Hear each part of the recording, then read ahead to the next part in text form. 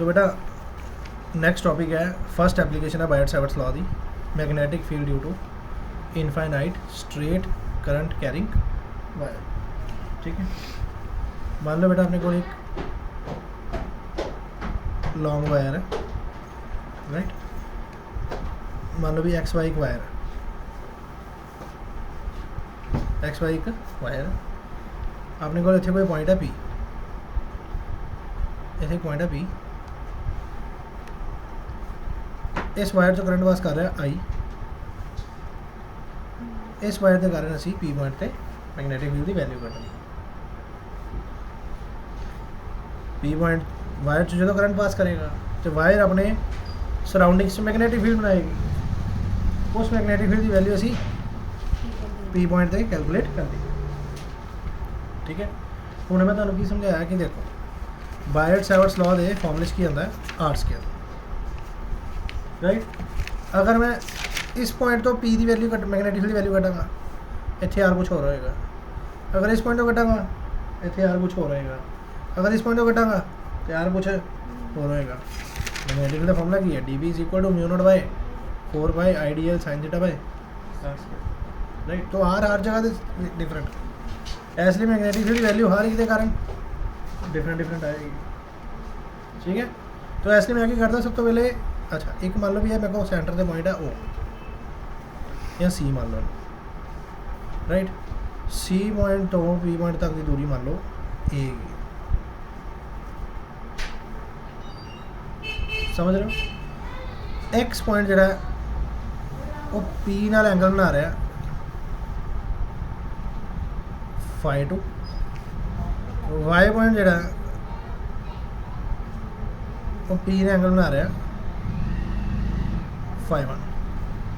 Horizontal line है, P C ने कितना एंगल बना रहा है फाई। ठीक है बेटा, उस तो बाद मैं क्या करता है, मैं सेंटर तो एल लेंथ नीचे जाके इतने एक छोटा सा एलीमेंट ले लिया डी एल। इस डी एल तो पी सी पॉइंट की लेंथ हैगी है आर, तो यदा एंगल बन रहा है बी सी नाल थीटा। समझ रहे हो। अगर बेटा यह थीटा है, यह 90 है, तो यह होएगा 90 degree minus theta.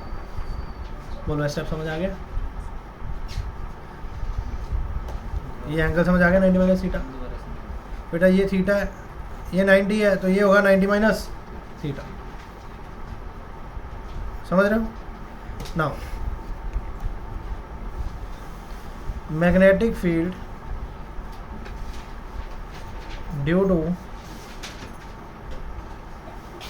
Current element D L at point P. Magnetic field का फॉर्मूला क्या होता है बेटा, D B is equal to mu not by 4 by I D L sine इतने कला थीटा नहीं आएगा, क्योंकि D L which R which कितना एंगल बन रहा है 90 degree minus theta over R the square. तो from here D B is equal to mu not by 4 by I D L cos theta over R the square. समझ रहे हो। ठीक है, ਹੁਣ बेटा देखो ध्यान ਨਾਲ समझना, यह एंगल बन रहा सिर्फ कि थीटा डी एल का। ठीक है, अगर मैं इतों शुरू हो जा इस पॉइंट तो नीचे तक इतों तक फाई टू एंगल तक आवा, यह पॉइंट तो शुरू हो जाओ, जो मतलब इस पॉइंट तो शुरू हो रहा है, यह कि कोरसपोंडेंस है सी दे। जो मैं इतों तक फाई टू तक आ जा तो सारे एलीमेंट कवर हो जाएंगे। ऐसे देखना जो मैं इस पॉइंट तो ऊपर चल जा तो सारे एलिमेंट कवर हो जाएंगे। ठीक है, समझ रहे हो। इस पॉइंट अगर मैं नीचे तक फाई टू तक चल जा पूरा तो सारे एलिमेंट कवर हो जाएंगे। तो अगर मैं ऐसे देखना है उतो ऊपर 5 तक चल जाऊँ तो फिर भी ये सारे एलिमेंट कवर हो जाए। ठीक है, तो अगर मैं टोटल इंटीग्रेशन करनी है तो मैनू टोटल मैग्नेटिक फील्ड करनी है तो मैनू की करनी पेगी इंटीग्रेशन। तो इंटीग्रेशन कढ़न लई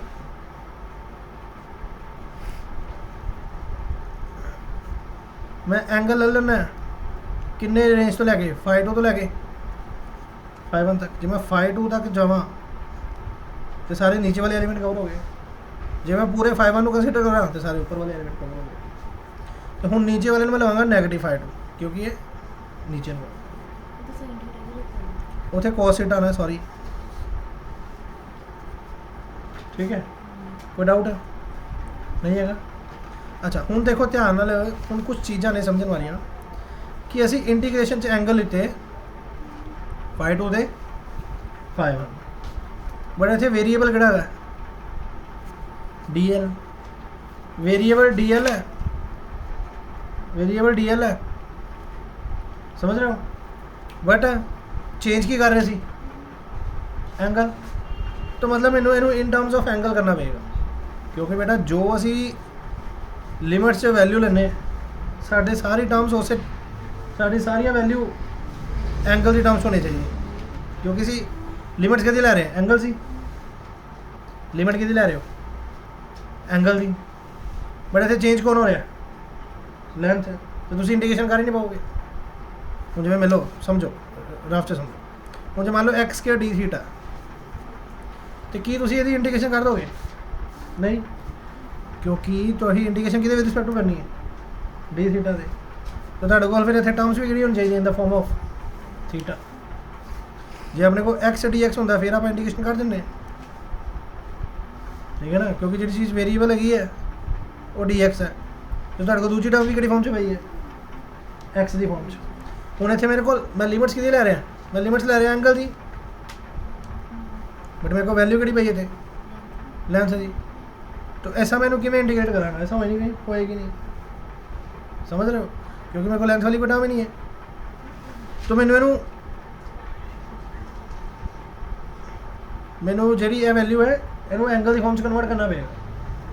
दूसरी गल इत्थे देखो की चेंज हो रहा है इत्थे की यार हूँ जो मैं इतों की गल करा इतों की यार कुछ हो रहा है, जो मैं इतों की गल करा इतों की यार कुछ हो रहा है, जो मैं इतों की गल करा इतों की यार कुछ हो रहा है।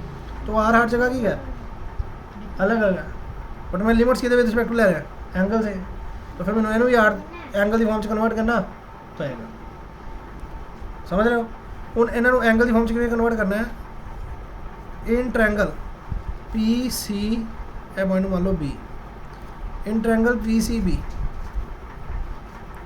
जी ट्रैंगल PCB है वो अगर मैं cos थीटा कटा cos थीटा कि आएगा base by hypotenuse base by hypotenuse. तो बेस कितना है A हाइपोटेन्यूज कितना है A बाय R। समझ रहे हो? ठीक है ओके। अच्छा हूँ कई बच्चे पूछना थे भी तुहानू किवें पता लगा बेस किवें है। हूँ जी लाइन में बेटा 2 एंगल बनते होने की होंगे बेस होंगे इतों की एक आर कितना आ जाएगा A bye cos theta,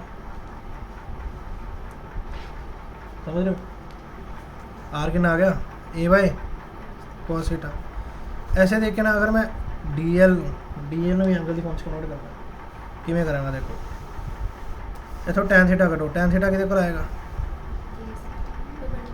perpendicular upon base. Perpendicular कितना L base perpendicular upon base L upon A।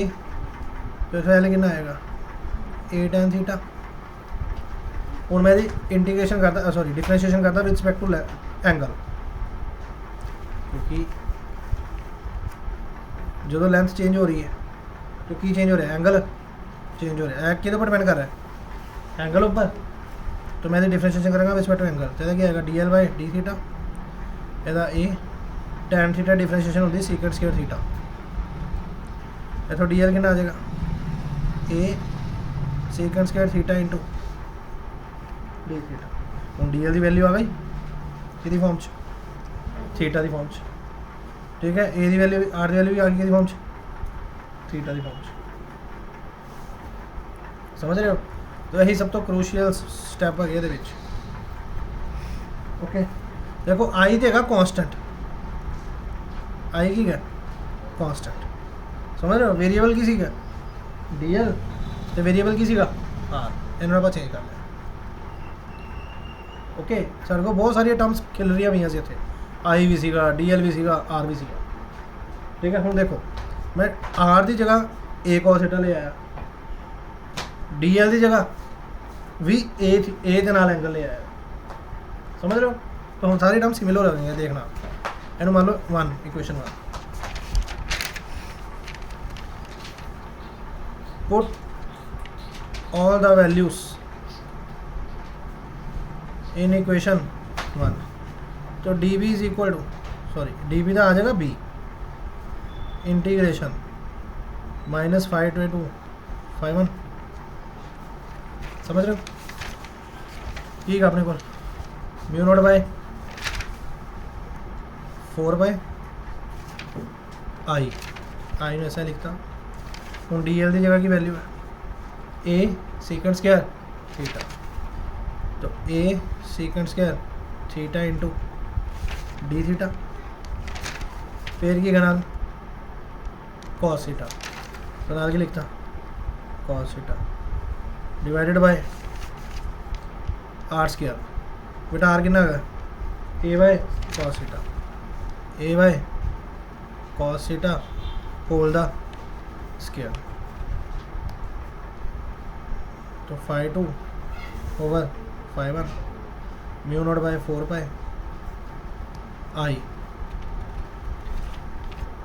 Into A secant square theta cos theta D theta.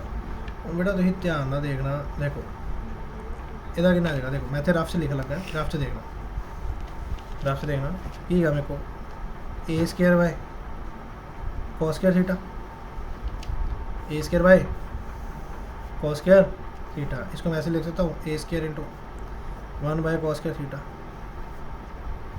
ठीक है। तो इन्हें मैं लिख सकता है A square into secant square theta, क्यों, क्योंकि 1 बाय कॉस थीटा कितने को होंगे सीकेंड थीटा, तो स्क्वायर है यार की बन जाएगा A square secant square theta, secant square theta ना सीकेंड स्क्वायर थीटा कट हो गया, एक ए ना ए कट हो गया, की आ गया मेरे को -5 by 5 mu not by 4 I by A नाल cos theta into D theta. उस तो बाद आप इंटीग्रेशन जो की बार करना mu not by 4 I by A, जी टर्म्स कांस्टेंट है बाहर कर लो, म्यू नॉट बाय 4 कांस्टेंट है, करंट यूनिफॉर्म है, ए कांस्टेंट है, समझ रहे हो। तो cos theta into D theta -5 to 5 mu not by 4 I over A cos theta indication आ जाएगी साइन थीटा -5 to over 5 कितना आ गया mu not by 4 I over A की लिमिट्स पुट करो साइन 1 माइनस साइन -5 समझ रहे हो। ओके हम तुम बताएगा sine of minus theta is equal to minus है साइन थीटा, हमने साइन ऑफ माइनस थीटा है तो क्या आएगा minus sine theta minus minus क्या हो जाएगा प्लस हो जाएगा, तो is equal to mu not by 4 I over A sign 1 plus sine 5, ठीक है। This is the value of total magnetic field due to entire wire, ठीक है। होने थे कुछ रिजल्ट्स भी नहीं वो अपन नेक्स्ट टाइम कराएंगे, आपकी समझ।